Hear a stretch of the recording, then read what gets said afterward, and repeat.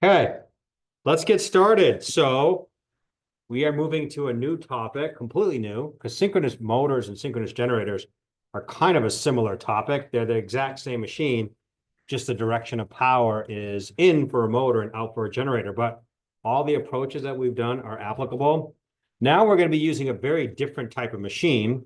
And again, this is the asynchronous or induction machine. Some people call it a Tesla machine because it operates on the principle of magnetic induction.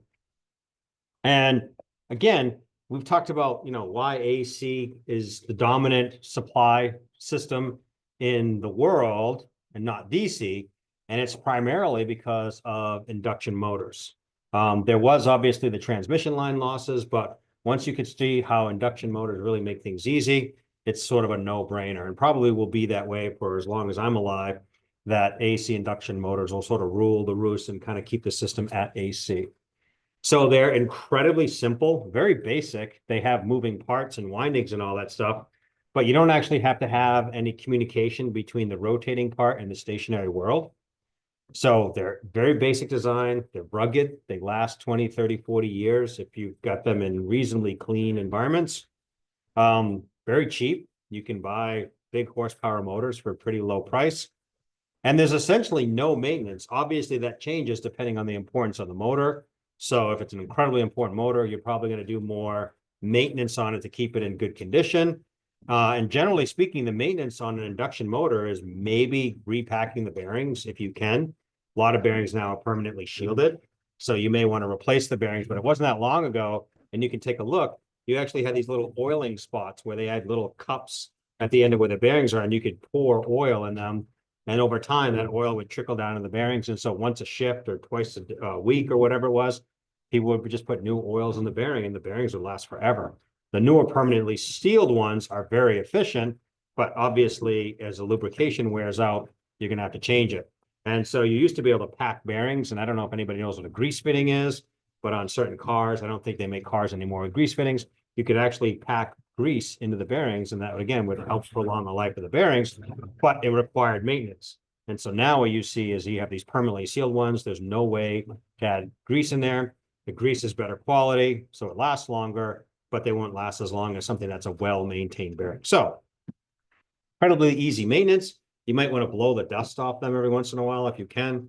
Power ratings, you can go really, really small, fractional horsepower, all the way to 10 megawatts. In fact, the largest induction motor I ever saw was a 9,000 horsepower reactor coolant pump at a nuclear power plant, but that's not the biggest. You can get bigger ones than that. So here's the key thing about induction motors.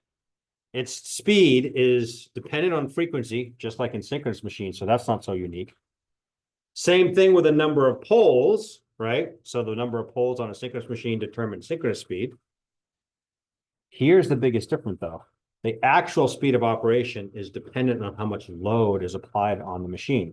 So induction motors do not have to run at synchronous speed. In fact, they can't run at synchronous speed, and we'll see why that's the case in a little while. So variable speed capability is achievable with induction motors. With synchronous motors, it's much harder to do that, okay? You have to change the poles. You have to do all kinds of different things. Remember how we talked about starting gas turbines? You have to have an inverter to change the frequency. Over here, it doesn't always work so well. We still use variable frequency drives on induction machines because we sometimes want to optimize the speed characteristic, because a lot of motors run at 1780, 1790 RPM. The mechanical system may not want that. So you can add a variable frequency component, which means an adjustable speed drive, and you can get optimum speed control, not electrically, but optimum speed control for the mechanical system. Oops.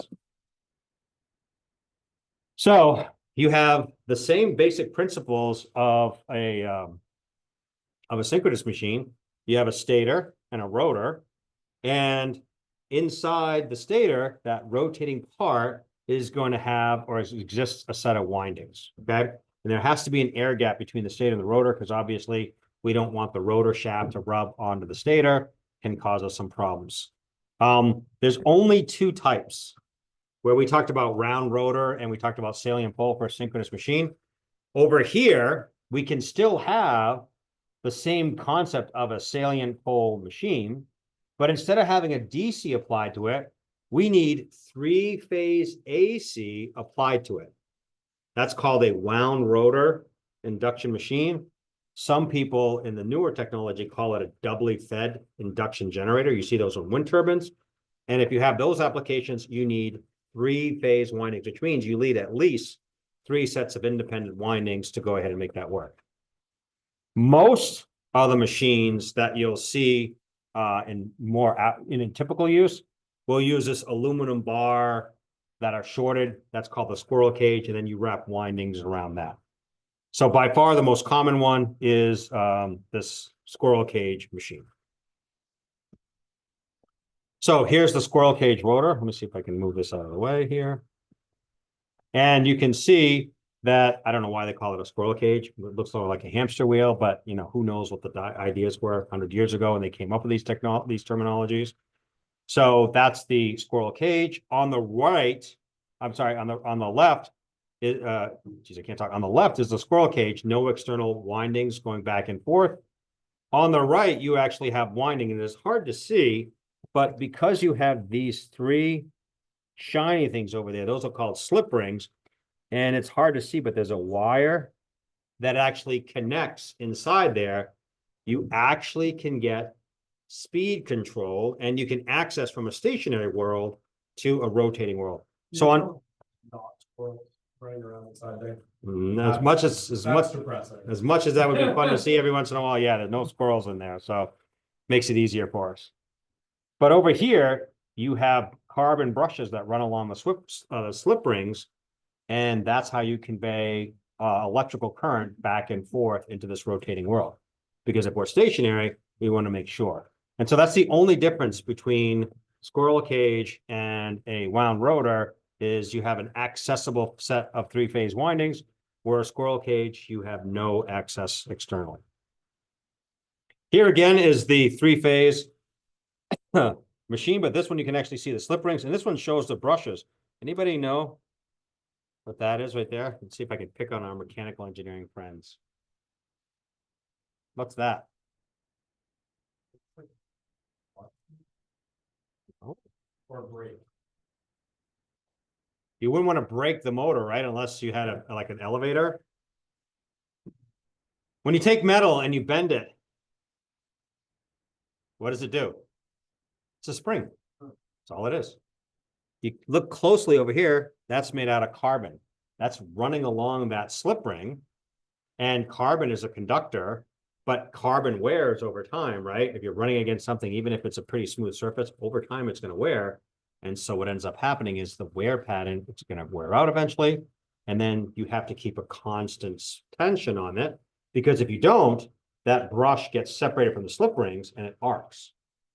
And then when you get arcing in a carbon brush, that's a lot of heat. That's when you get pitting, and that's when it becomes a real problem. If you've seen cordless drills, I don't know about the newer ones, but the older ones, you flip the trigger, and every once in a while you see sparking across it. That's exactly what it is. The carbon brushes are worn out to the point where they're sparking from the stator part, the rotor part, across the brushes, and then that's what would end up happening. So same thing over here.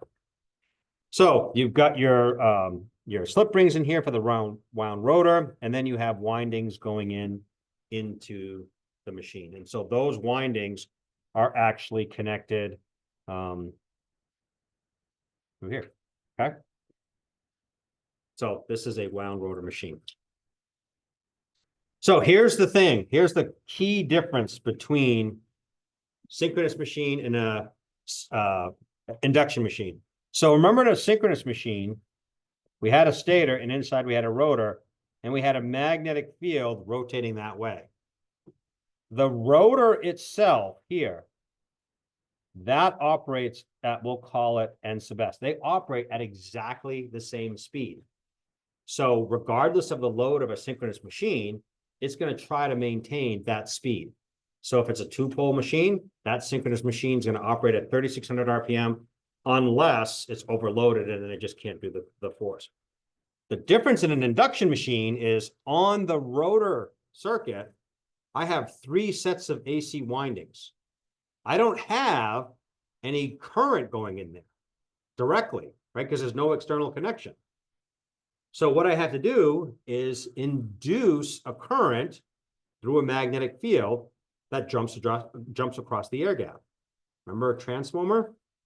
Transformer, we have a primary and a secondary, and we energize this with an AC source, and then that changing magnetic field is going to induce a flux, which in turn is going to induce a current in the secondary winding, and then you're going to get a voltage.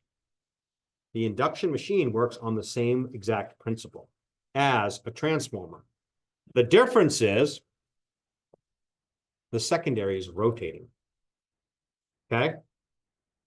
So in a transformer, right, because both windings are stationary, this flux that's coming in here is at 60 hertz. This d phi dt is going to generate a voltage in the secondary winding. I must have a d phi dt here, right?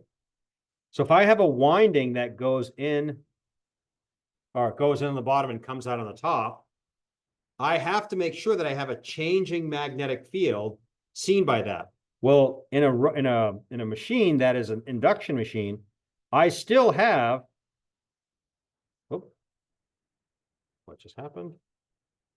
Sorry about that. It just switched back over there. I'm not exactly sure why. But in a synchronous machine, that rotating magnetic field around that exists around the stator is because of the AC current applied to the machine. So it doesn't matter if it's AC machine that's synchronous or AC machine that is induction. You get that rotating magnetic field that spins at synchronous speed. You're going to get in here a current flow. Why? Because you see a wire, a closed loop of wire, that's in a magnetic field that's changing. So if this is running at synchronous speed, the only way to make sure that I see a changing magnetic field is this has to rotate at less than synchronous speed. So remember how we talked about synchronous machines always running at 3,600 RPM, 1,800 RPM? An induction machine can't run at 3,600 RPM or 1,800 RPM. It has to run, if it's an induction motor, it has to run at less than synchronous speed because you need to have that d phi dt. If this magnetic field that is rotating along is running at the same speed as the rotor, there's no d phi dt. So induction machines, by their very nature, have to run at non-synchronous speed. The only time you can run at synchronous speed is if you're pushing it at synchronous speed. And at that point, it's just a big hunk of metal that's rotating along. It's not even operating it as a motor because there's no changing of magnetic field. So you induce a current. That current flow now is going to create a magnetic field, right? Just like in the case of the stator windings, we get a magnetic field. In the rotor, we've got current flow, and that is going to create a magnetic field. Now we have two magnetic fields that chase each other. And here's the thing. This is where it gets really weird. Here's my stator. Here's my rotor. The stator magnetic field, we'll call it BS, rotates at synchronous speed. The rotor, we're not going to call it synchronous speed because it doesn't. We'll call it mechanical speed. The magnetic field that is induced on this rotor is going to spin along, and it's spinning along at ns minus nm. Why do you think it's spinning at ns minus nm? Because if it's not, it's either the machine is slowing down or speeding up, right? You're not going to get constant torque. So the machine is going to induce more current or induce less current to either increase that magnetic field or decrease that magnetic field. So the speed of the magnetic field that exists, that rotates on the rotor, is such that it makes up the difference in the fact that the mechanical speed of the rotor is less. So the two of those combined equal your synchronous speed. All right. So the torque is still constant, right? Because the two magnetic fields are still operating at sync. It's just that that mechanical speed has to be less to get that d phi dt. And that's the key difference about how you get an induction machine to operate properly. It never operates at synchronous speed. It operates at less speed.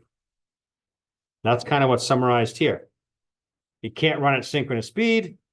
Why? Because if it runs at synchronous speed, then it doesn't generate any current in the rotor, which means you get no magnetic field. So you have no force of attraction.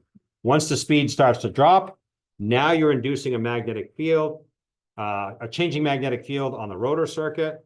I've got a current flow. The current flow produces a magnetic field on the rotor. And now there's an attraction between the two. Okay.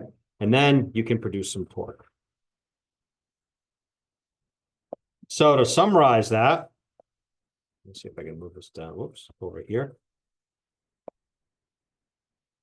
So because it always runs, I just want to put it on the bottom here. Let's try that. So because the induction motor never runs at synchronous speed, we're going to define its speed as the slip speed. So the slip speed is the actual speed of the rotor field. Okay? That's the actual speed of the rotor field. And we're going to determine that as the slip speed. We're going to denote that instead of saying the actual field of the rotor field, we're going to be lazy and we're going to call it slip. Because if you think about a perspective, if a machine is not operating at synchronous speed, its speed is slipping, right? It's slipping relative to that speed. So we just call it slip speed. Again, these terms were developed 100 years ago. So who knows what they are. Here's our synchronous speed, and here's our actual mechanical speed of the shaft. So we're going to define a term called S, or slip. And our slip is just going to be a ratio. It's going to be a ratio of the synchronous speed minus the mechanical speed, or the actual slip speed divided by the synchronous speed. And that's a really important characteristic to us because it tells us or gives us a way of calculating what's happening. So if the slip is 0, means there's no slip, right? What does that mean? That means that, let's see. So if S is 0, then what that tells me is N sync and NM are the same, right? So there is no slip. They're running at the exact same speed. If the S is equal to 1, then there's no rotational speed at all. The thing is locked in position. So when you start a machine up, you have a slip of 1. The machine's not rotating. When you take it beyond full load speed, and again, you have to be pushing it to operate there, then the slip is 0. Okay? So sometimes people talk about slip between 0 and 1. Sometimes they talk about it being between 0 and 100%, but it's all the same terminology. It's just a relative term of slip. So summarizing our concept of operation, induction motors and transformers are exactly the same principle of operation. The only difference is the secondary of the motor, right, called the rotor circuit, that is allowed to rotate. So you don't induce 60 hertz on the rotor, you induce a frequency that's less. So we apply a voltage on our stator winding, and we get an induced voltage on the rotor circuit, that rotating part. And an induction machine, remember our equivalent circuit from a transformer? Here is our equivalent circuit. They look awfully similar. The difference is in our rotor circuit, it's short-circuited, right? Because there's no external winding, and we need to have that closed loop of wire to induce a current. So our secondary circuit on an induction motor is shorted out. The problem with this, though, and when we learn to look at equivalent circuit, is this resistance over here has to include the losses. And what's the purpose of a motor? To deliver torque, right? So it has to consider losses and whatever the mechanical power is developed, right? There has to be a way of characterizing what that power is so you can deliver it, okay? So that's why we have to modify our circuits a little bit. And I think we talked about all this in detail. It rotates. And so because of that rotation, you're never going to get 60 hertz over here. You're going to get a frequency less than 60 hertz. What's that frequency? Well, we're going to go back to what the rotor frequency would be under synchronous speed conditions. So exactly the case when the slip is equal to 1, right? When the machine is not rotating at all, you're going to get 60 hertz. If the machine is rotating at 100%, you get no frequency at all because it's not rotating. I mean, it's not generating a current. So our rotor frequency, we can determine it, using our same basic concept, right? Poles times n divided by 120. But our speed of operation is our slip speed, right? And we can relate that to the actual synchronous speed of the machine by multiplying it, the synchronous speed times the slip.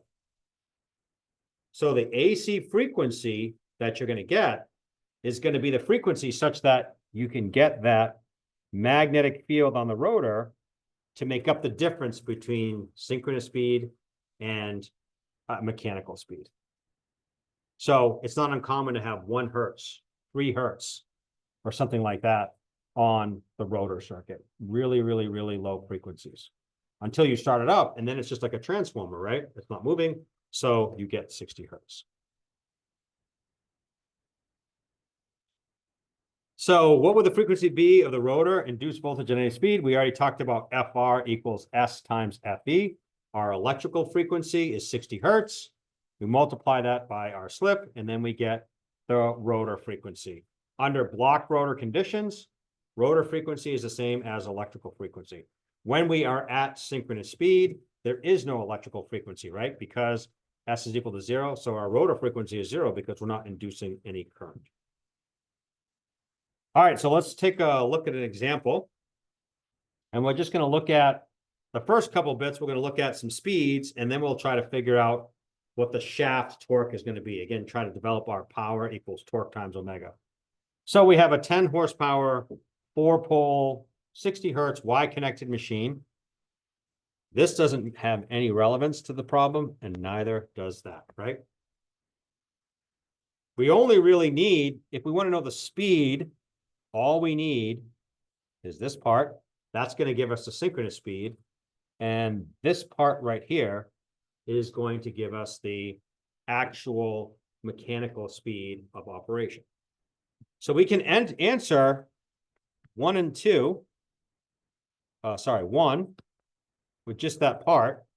We need this part and this part to enter 2 and 3.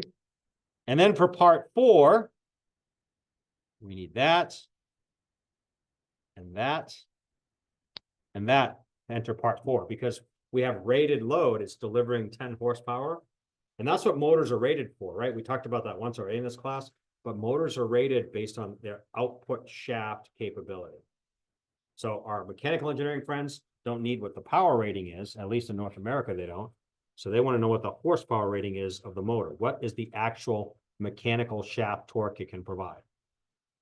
Not what's the input power it needs to be able to deliver 10 horsepower, because when they're sizing a motor, that's your job as the electrical engineer to figure that out.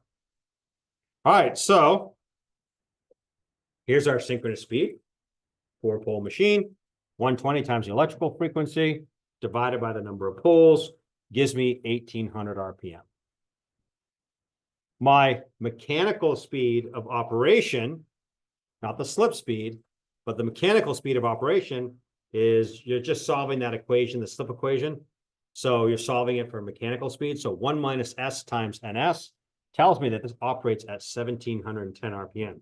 And this is pretty common. What we'll learn about as we get more and more into the material, the higher the speed of operation is, the more efficient the motor becomes. So if you look at typical nameplates of motors, a 4-pole machine would be designed, for most industrial applications, 1780, 1790 RPM. Very, very, very little slip. So this is the speed of operation. Runs at 1710, not at 18.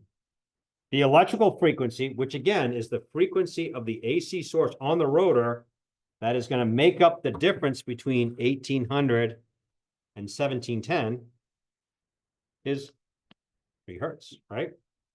Calculated here. Can we check that? Let's check N slip. 120 times 3 divided by 4. What's that equal to? 90 RPM. Makes up the difference, doesn't it, between 1800 and 1710. So that is rotating at 90 RPM because, again, the stator and the rotor magnetic fields have to operate or have to rotate in sync with each other. They can't change. And when I say it's a 4-pole machine, a 4-pole machine is on the stator and the rotor. They're 2 separate circuits, but you have to have the same number of poles on the stator as you do on the rotor. Just like we looked at a synchronous machine, right? We went to a 4-pole machine on a synchronous machine. We added 2 poles on the rotor circuit, but we also doubled the number of separate windings on the stator circuit. So you have to match the number of poles on the stator and the rotor. And then the last part is we want to calculate what the load torque is under rated conditions. So it's operating at 1710 RPM, right? So power is equal to torque times omega. So it's not synchronous speed torque, it's mechanical speed torque. So we take our power out, we divide by omega sub m, mechanical speed. We've got to convert horsepower to watt, multiplied by 746, because how many watts in a horsepower. Then we got to convert the 1710 RPM. We've got to convert that to radians per second, as shown there. And you end up with 41.7 Newton meters of torque that's available to you on the shaft to drive a load. Okay, that's actually not the total power that the machine delivers, because there are some friction and windage losses. So a 10 horsepower machine might be able to put out 10.2 or 10.3, but 0.2 or 0.3 of that horsepower is actually gobbled up because you've got windage losses, right? You got friction losses because you got bearings and all that stuff. So you've got to be able to overcome some of those losses. And this is a beautiful thing. I think this is the last slide. This shows you the operation of an induction machine. This is called a NEMA Design B, and we'll learn about the different ones as we go. Oops, design. Yeah, right. Design B. But where the machine operates at is right over here, full load torque. Really darn close to synchronous speed. But look, when we start the motor, you have, in this image, more than about twice the amount of torque available to you, which is a good thing, right? Because a lot of machines, motors, they've got a mass on them, right? They've got a weight associated with it. And so you got to break that free. So if you started with less than what the full load torque is, the motor might not be able to start. So you start at over the amount of torque that the machine is able to produce continuously. And then it can put out even more torque because the speed is picking up and the power is changing a little bit, but not as much as the speed is picking up. And then you get to this maximum capability. I don't know, 450%. That's the maximum torque that this machine can produce. And after you get to a certain speed, now the power is really starting to drop because the slip, we're getting less and less electrical frequency, getting less current on the rotor, so that magnetic field isn't strong. So we nosedive all the way until we get to our full load torque. Okay. Now we can run the machine, and most induction motors are actually run beyond their full load rating. Why is that? Because if I'm a mechanical engineer and I need, I have a certain load, I'm going to go out and buy a 10 horsepower motor, even though the actual peak load might be 9.2 horsepower. See, I'm not going to buy a 9 horsepower machine if the load is going to be 9.2, right? It's just overloaded. So you always oversize your your electrical machine to be able to deliver more than what the torque is. And when it runs at a higher, if it's capable of more torque, no big deal. That just means it runs at a slightly higher speed, which is going to improve the efficiency anyway. So most of the time it's okay. Mechanical engineer is never going to order a custom 9.2 horsepower motor. Why? You can build them, they'll make it for you. But then if it breaks down, you got to replace it. Now you're gonna go out and buy another 9.2 horsepower, so you're gonna have to wait to get that design. And anything that you can say is custom is gonna cost a lot of money. So why don't I go to Baldor or Reliance and say, just give me a 10 horsepower motor? You make 50,000 of them a year.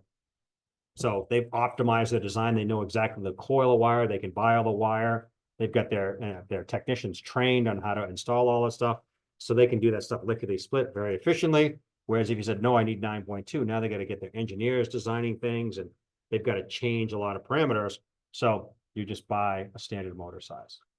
So only when you get into really big motors where it's not an off-the-shelf item, like again, you can go to Reliance and Baldor, and anything less than like probably 350 horsepower is something you'll probably be able to buy almost off the shelf.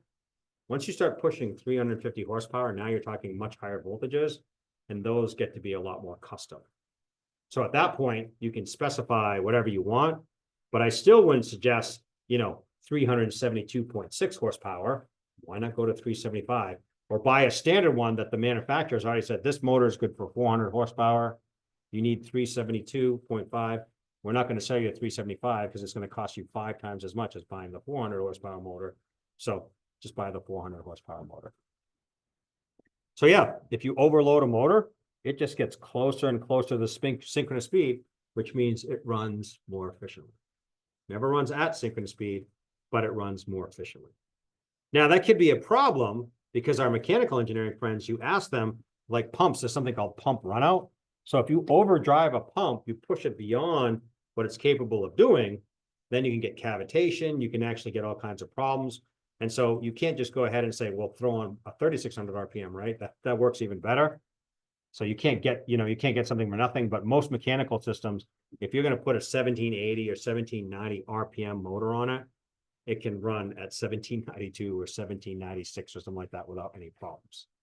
And if it's that close to the margin, you need to talk to your mechanical engineering colleagues and say, you might need to change the design or a time or two. And the nice thing about induction machines, this is a curve for NEMA Design B. We can change the design. There's A through D, which just changes its characteristics. So if you need a lot of starting torque up front, like what's the worst thing to start? If you're a mechanical engineer, what's the hardest thing to start? Get up to speed. Yes, sir.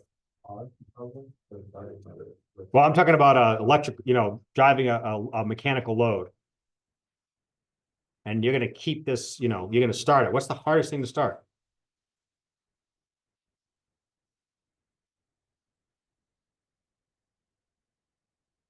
How hard is it to get something spinning like this? Not too bad. What if I take this and expanded the diameter by like 50 times? That moment of inertia, right? When I move the mass further away from the center, it's a lot harder. So objects that have really wide diameters, like pumps that have massive diameters, are really, really hard to start. Like the pump storage facility we talked about last class, it's really hard to start those because you have mechanical mass or a metal mass that's 20 feet from the center.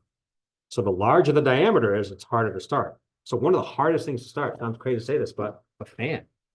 Fans are really hard to start because you need to move a lot of volume of air, and you're not going to have something that's this big, right? You don't want a fan that is not, even if it's spinning really fast, you're not going to feel a lot of air. So the bigger you get the fan blades, you move a lot more air, but that is really hard to start a motor. So fans usually are the toughest things to start in industrial applications. Pumps, pretty small, right? Because if you had a 12-inch diameter tube or a pipe, that's pretty big. You can move a lot of fluid through that or material. But a fan, to move a lot of air, you need, some of them window fans, right? The box fans in the windows, sometimes those are 2-foot diameter box fans. And so that's why you'll notice when you turn on a box fan, you hear that when it picks up speed. Those are plastic blades. Imagine if you had metal blades because you want industrial, you want rugged. So fans are really difficult to start. Compressors are really easy. Those actually are really easy because you're just taking air and you're just pumping it down. And so they have screw type compressors. They're just really simple for compressors. So those aren't too bad to start either. So that's our first, a few discussions on induction machines. Questions on that? I know break is starting up for most of y'all in a little bit, so I promised you I wouldn't go too long. Paul, Yes, are Go ahead. you going to post these slides? Yep, I will do that to right after Brightspace? class. Perfect, thank you. Upload them to today's class. Yep. So they have the slides and then the video, however long that takes. But you all can enjoy that over break because one of your classmates this morning asked to move the generator parameter homework that was due on Tuesday during break to move it after break. So it's due after break. So if you really want to break, you can take a break. I don't suggest take a break, but that's just me. So, all right. Well, if there's nothing else, I don't see you. Have a wonderful break. Enjoy yourselves. Be healthy. Be safe. Make good decisions. Don't take a lot of risks. And we'll see you all back here in a little over a week. Take care, everyone.